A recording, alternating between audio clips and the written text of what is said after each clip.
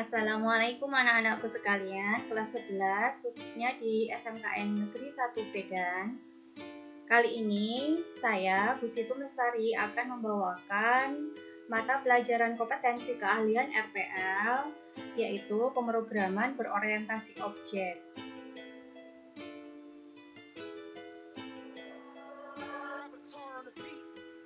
Indikator pencapaian kompetensi ini diharapkan Anda bisa menjelaskan konsep dasar pemrograman berorientasi objek, bisa menjelaskan prosedur pemrograman berorientasi objek, dan selanjutnya Anda bisa menjelaskan perbandingan antara pemrograman berorientasi objek dengan pemrograman struktural.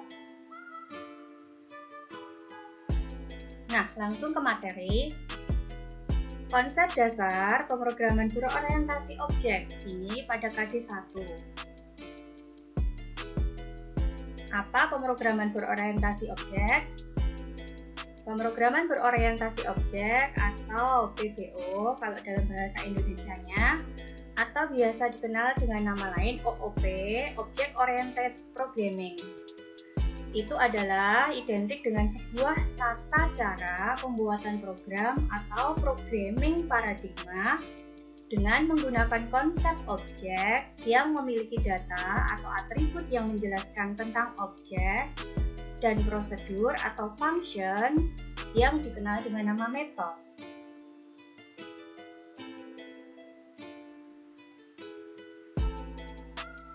Nah, berikut ini adalah ada gambaran tentang objek. Ada sebuah gambaran di sini digambarkan dengan lingkaran yang berwarna orange.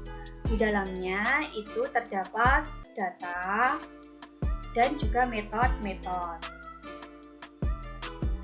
Objek adalah sebuah gabungan antara beberapa data dan fungsi yang masing-masing bekerja bersama-sama dan tidak dapat terpisahkan. Gabungan data dan fungsi tersebut akan membentuk suatu objek-objek yang aktif. Dari kumpulan beberapa objek yang sama nanti akan terbentuklah struktur baru yang disebut sebuah kelas.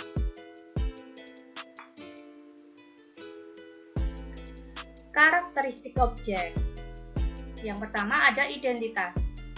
Berarti data itu dapat diukur mempunyai nilai tertentu yang membedakan entitas dan inilah yang disebut dengan objek.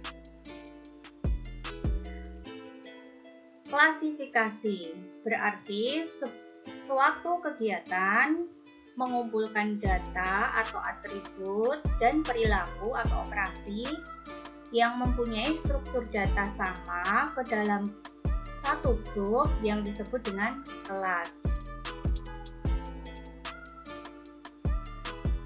Objek, atribut, dan metode. Gambar apakah yang Anda lihat ini? Ya, ini adalah sebuah gambar mobil. Di dalam kenyataan, kita bisa mengatakan mobil ini sebagai sebuah objek.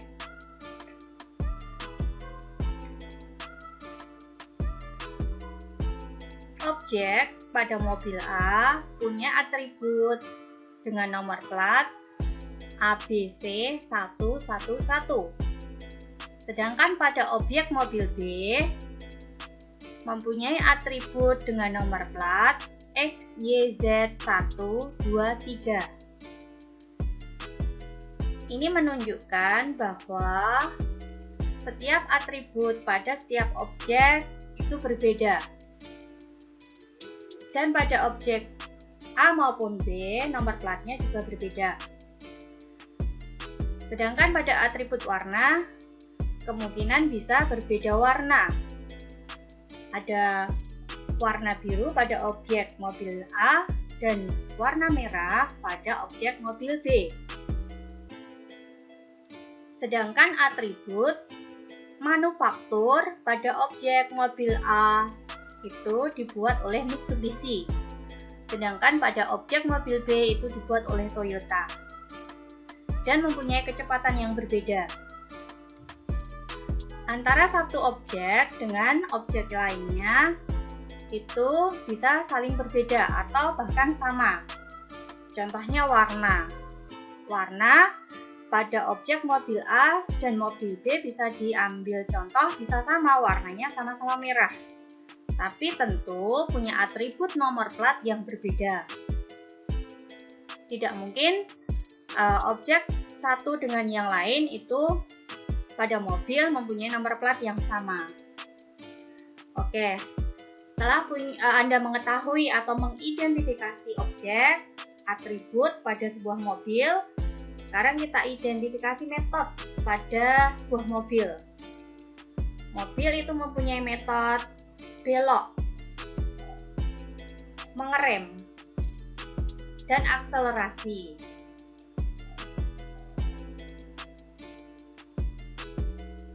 Nah, salah satu pemrograman pendukung berbasis OOP itu adalah Java. Java diciptakan oleh suatu tim yang dipimpin oleh Patrick Naughton dan James Gosling dalam suatu proyek dari Sun Microsystems yang memiliki kode Green dengan tujuan untuk menghasilkan bahasa komputer sederhana yang dapat dijalankan di peralatan sederhana dengan tidak terikat pada arsitektur tertentu. Mulanya, ini disebut sebagai OAK. Tetapi karena OAK ini sendiri merupakan nama dari bahasa pemrograman komputer yang sudah ada, maka Sun mengubahnya menjadi Java. Nanti ke depannya untuk pelajaran PBO atau pemrograman berorientasi objek, aplikasi yang akan kita gunakan adalah Java NetBeans. Nah, nanti akan kita kenali selanjutnya ya. Sun merilis versi awal Java secara resmi itu pada tahun 1996 yang kemudian terus berkembang hingga muncul JDK versi 1.1.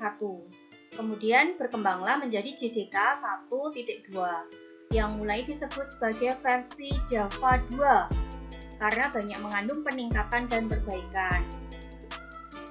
Perubahan utamanya adalah adanya Swing yang merupakan teknologi GUI atau Graphical User Interface yang mampu menghasilkan Windows yang portable. Nah, berikut akan saya paparkan beberapa komponen dalam Java. Yang pertama ada Java Applet,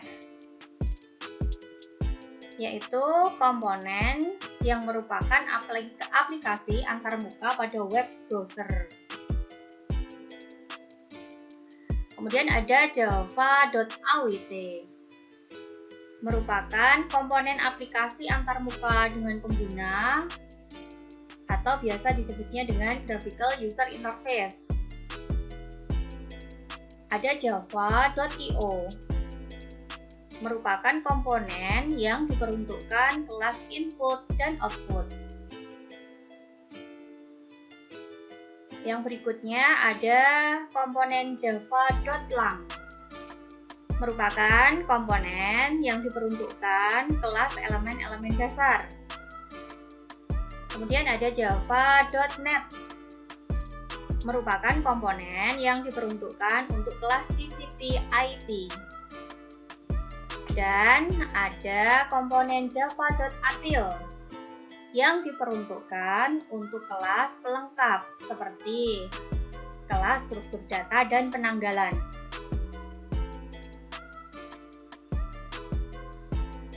Alur pemrograman berorientasi objek. Berikut adalah gambaran pada pemrograman berorientasi objek. Di sini ada kelas, namanya kelas pustaka, yang mempunyai beberapa atribut. Atribut di dalam kelas, kalau sudah dalam pemrograman Java NetBeans, nanti Atribut ini kita kenali dengan nama variabel. Ini. Kemudian ada metode. Di sini disebutkan ada beberapa metode. Dari kelas ini akan dikompilator atau dikompilasi, atau namanya di interpreter, dan akan dijalankan atau dieksekusi pada memori komputer. Perbandingan antara pemrograman berorientasi objek dengan pemrograman terstruktur atau struktural. Pada pemrograman terstruktur, pendekatannya menggunakan top down, sedangkan pada PBO itu menggunakan bottom up. Pada pemrograman terstruktur, fokusnya adalah pada algoritma dan kontrol aliran, sedangkan fokus pada PBO itu pada model objek. Pada pemrograman terstruktur, program itu dibagi menjadi beberapa submodul atau fungsi atau prosedur. Sedangkan pada PBO, program ini diselenggarakan dengan memiliki sejumlah kelas dan objek. Pada pemrograman terstruktur fungsi yang independen satu sama lain. Pada PBO, setiap kelas berhubungan secara hierarkis. Pada pemrograman terstruktur, tidak ada penerimaan yang ditunjuk dalam pemanggilan fungsi. Sedangkan pada PBO, ada penerima yang ditunjuk pada setiap pesan. Data dan fungsi sebagai dua entitas yang terpisah kalau dalam pemrograman terstruktur. Tapi kalau di dalam PBO, data dan fungsi ini adalah sebagai satu kesatuan pandangan. Secara pemeliharaan pada pemrograman terstruktur sangat mahal, sedangkan pada PBO itu relatif lebih murah. Pada pemrograman terstruktur itu bisa reuse software, tidak mungkin. Jadi penggunaan kembali software itu tidak dimungkinkan pada pemrograman terstruktur, sedangkan pada PBO membantu dalam penggunaan kembali perangkat lunak. Pada pemrograman terstruktur, fungsi panggilan digunakan. Sedangkan pada PBO itu message passing yang digunakan. Pada pemrograman terstruktur, fungsi abstraksi digunakan. Sedangkan pada PBO, data abstraction yang digunakan. Kalau pada pemrograman terstruktur, itu algoritma diberikan penting. Kalau di PBO itu data yang diberikan penting. Solution pada pemrograman terstruktur adalah solusi spesifik domain. Sedangkan pada PBO itu spesifik masalah domain.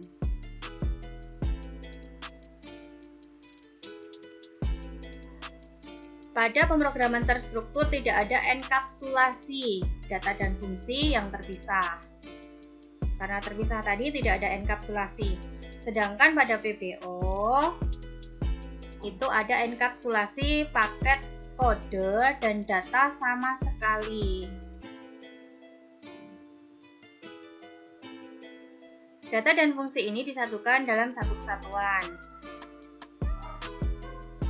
Pada pemrograman terstruktur, hubungan antara programmer dan program ditekankan, sedangkan pada PBO hubungan antara programmer dan pengguna sangat ditekankan. Pada pemrograman terstruktur, teknik data driven itu digunakan, sedangkan pada PBO didorong oleh delegasi tanggung jawab.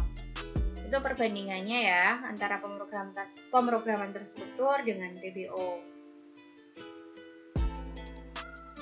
Terima kasih, sampai di sini dulu paparan materi pemrograman berorientasi objek pada KD1 konsep pemrograman berorientasi objek. Sampai ketemu di KD berikutnya dan materi selanjutnya. Wassalamualaikum warahmatullahi wabarakatuh.